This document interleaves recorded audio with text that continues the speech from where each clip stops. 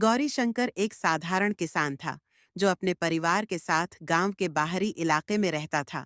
उसका घर मिट्टी से बना हुआ था और छत पर खपरेल की चादरें बिछी हुई थीं। गांव में गौरीशंकर की पहचान एक ईमानदार और मेहनती इंसान के रूप में थी। उसके पास थोड़ी सी जमीन थी जिस पर वह मेहनत से खेती करता था, लेकिन इस बार की गर्मी ने उसकी जिंदगी को और भी कठिन बना दिया था। गौरीशंकर के परिवार में उसकी पत्नी सुनीता और दो बच्चे दीपक और ममता थे।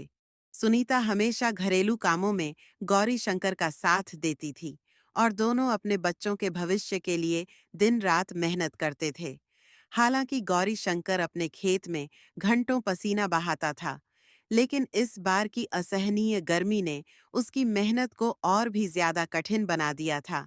गौरीशंकर एक पेड़ के नीचे बैठकर अपने मन में ही सोच रहा था कि इस बार की गर्मी तो जैसे धरती को जलाने आई है। सूरज की तपिश ऐसी लगती है कि मानो आसमान से आग बरस रही हो। खेत में काम करने की तो बात छोड़ो, घर में बैठना भी मुश्किल हो गया है। बच्चे भी बेचारे घर के अंदर पड़े रहते हैं। इस समय की गर्मी इतनी भयानक थी कि गौरीशंकर के मिट्टी के घर की दीवारें तपने लगी थीं। घर के अंदर ऐसा महसूस होता था कि मानो एक भट्टी के भीतर बैठे हों। बिजली की समस्या गांव में आम थी और गौरीशंकर के घर में पंखे भी नहीं थे। दीपक ने अपनी बड़ी बहन ममता से कहा। दीदी, बाहर खेलने का मन नहीं करता। बहुत ज्यादा गर्मी पड़ रही है। मैं पसीने में भीग जाता हूँ और फिर कहीं ठंडा पानी भी नहीं मिलता। फिर ममता थोड़े उदास स्वर में कहती है। हाँ दीपक, मुझसे भी ये गर्मी सहन नहीं हो रही है। माँ ने मुझे भी कहा है कि धूप में बाहर न निकलो, लेकिन घर के अंदर भी बैठना मुश्किल हो रहा है। तभी सुनीता पेड़ के नीचे बैठे अपने पति गौरीशंकर के पास जाती है और कहती है। अरे सुनते हो जी, बच्चों की हालत देखिए। ये बेचारे गर्मी की वजह से सारा दिन घर में ही पड़े रहते हैं, ना बाहर जा सकते हैं और घर में इतनी गर्मी पड़ रही है कि रहना मुश्किल हो गया है। कुछ उपाय कीजिए। सुनीता के पति गौरीशंकर चिंतित होकर बोलते हैं। सुनीता, मैं भी देख रहा हूं कि दिन ब दिन गर्मी बढ़ती ही जा रही है। फसल का भी कुछ भरोसा नहीं है। कुएं में पानी भी सूखने लगा है और ऊपर से ये बिजली की समस्या। पंखे तक नहीं चल रहे और ऐसी खरीदना तो हमारे बस की बात नहीं है। एक दिन जब गौरीशंकर अपने खेत में काम कर रहा था, तभी उनका दोस्त बलराम उनसे मिलने आया। बलराम भी एक किसान था और उसकी परिस्थितियां भी गौरीशंकर जैसी ही थीं। उसने देखा कि गौरीशंकर बेहद थका हुआ और चिंतित था। तभी गौरीशंकर को देख बलराम हंसते हुए बोला। गौरीशंकर भाई, आज कुछ ज्यादा ही परेशान दिख रहे हो। सब ठीक तो है? गौरीशंकर थकी हुई आवाज में बोला। क्या बताऊं बलराम भाई, ये गर्मी तो जान ही ले लेगी। घर में रहना मुश्किल हो गया है और बच्चों की हालत तो और भी खराब है। न बिजली है न पंखा। समझ में नहीं आता कि क्या करूं। बलराम मन ही मन थोड़ी देर सोचता रहा और फिर बोला। अरे यार, इतनी टेंशन क्यों ले रहे हो? देखो, हमारे पुरखे भी इसी तरह के हालात में रहते थे, लेकिन उन्होंने कुछ न कुछ तरकीबें निकाल ली थीं। गौरीशंकर उत्सुक होकर पूछने लगा। अरे बलराम भाई, तरकीब कैसी तरकीब? थोड़ा बताओ ना भाई। बलराम मुस्कुराते हुए बोला। बचपन में मेरी दादी घर में एक मिट्टी का घड़ा रखती थीं।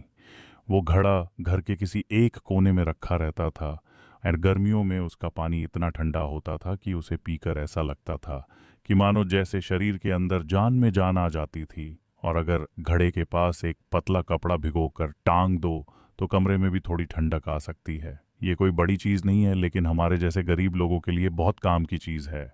गौरीशंकर बलराम को आशा भरी नजरों से देखा और बोला। क्या सचमुच बलराम भाई ये तरीका काम करेगा? बलराम गौरीशंकर को आश्वासन देते हुए कहा। हाँ गौरीशंकर भाई, बिल्कुल। मैं तो हर साल यही करता हूँ। मिट्टी का घड़ा सस्ता होता है और ये पुरानी तरकीब बहुत काम की है। गौरीशंकर के चेहरे पर एक चमक साफ दिखने लगी थी।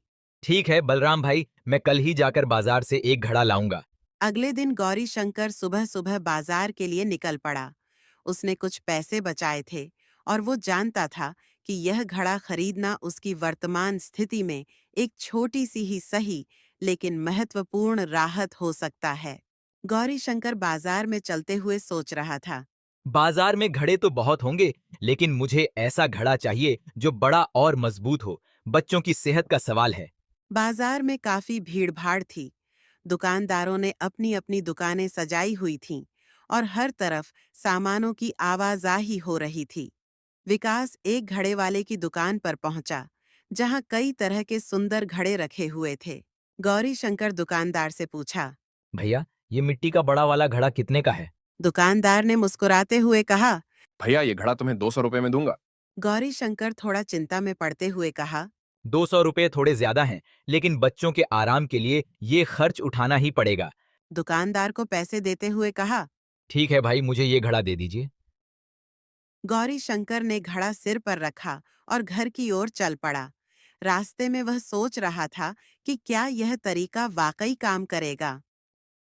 घर पहुंचकर गौरी शंकर ने घड़े को पानी से भरकर घर के कोने में रख दिया।